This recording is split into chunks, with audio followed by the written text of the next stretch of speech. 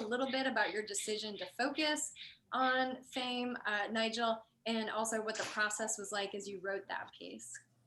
I focused on him specifically because at the time I wrote that, we were both music artists, but um, life is not about comparisons. But he was further along musically at that time than I felt I was. So, you know, taking his profile and seeing what his community was like, what he went through, and the different conversations I've had with him. I thought that was just really important to express because he very much so mirrored what was going on in the other piece that I wrote, the Mob Key Records More Than Music. It was very much that same thing where, not only are we changing the way we distribute the music to each other, but we're also able to keep up with each other any day, time, or place through the technology space. We all see through social media how, that's the main way that pretty much anyone can be an artist, an entrepreneur, or a writer.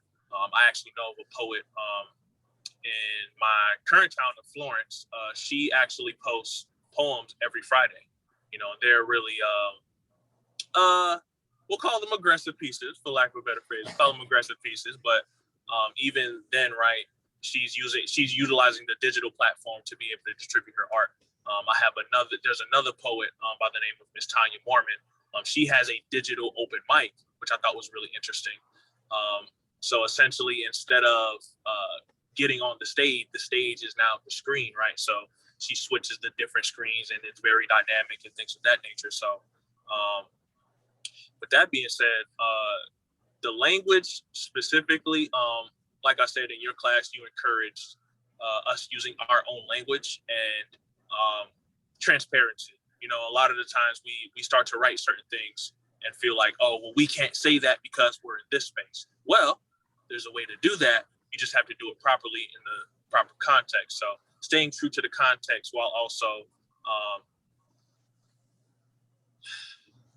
writing it properly, I guess. And even at that point, what is truly proper?